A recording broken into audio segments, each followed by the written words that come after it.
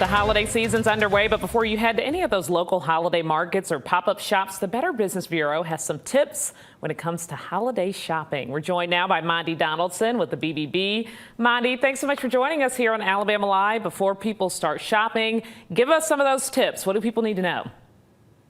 So, Jasmine, we're going to see a lot of pop-up shops this weekend. You might see it at your mall. You might see it at a community center. You might even see it in your neighborhood. So you got to watch out for those little pop-up shops and be careful with your personal information and credit card when you're making some purchases. Now, some of those are obviously small businesses that we want to support, but if it's not the right product, not a good business, and then they disappear. That's what pop-ups do. They're gone. What can we do next? How can we retrieve our money, and do we need to report that?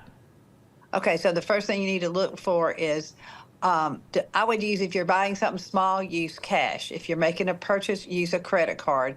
Be very wary of paying with Venmo and your Apple Wallet.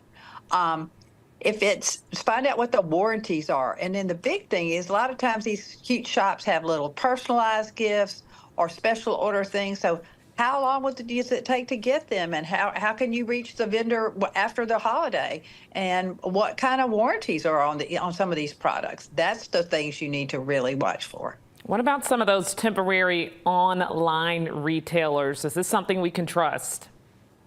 You better be careful. Of course, we know if it looks too good to be true, it is. So you can check with the BBB to see what that business is and what they do, or if they're even in existence, and type in the words complaints and reviews, and look for a physical address, a website, a phone number. You just don't want to buy from somebody and then not know how to reach them 3 weeks later. Monty, how does the BBB work? What happens when I report something, and then what do you do next when you receive those reports? Okay, so we have our BBB scam tracker where you can report a scam. But if you feel like you have been scammed by a retailer or a company, you can file a complaint with us. You have to tell us exactly what you want. Do you want your money back? What do you want? What do you want, or do you want the item? And then we contact the business. If they're legitimate at all, they should work with us. If they're not, then, we'd probably gonna try to do the best we can. The big thing I would say, just going into a transaction, is use a credit card, because the banks are really good if there's something wrong. Monty, I know you're keeping up with all the different scams and things happening, especially in our area, in our state. Anything else that you all are keeping an eye on closely right now? Actually, we just got a warning this morning from Amazon, and they were just saying, be so careful because you're starting the Black Friday sales, and they've already kicked off some of their early offerings.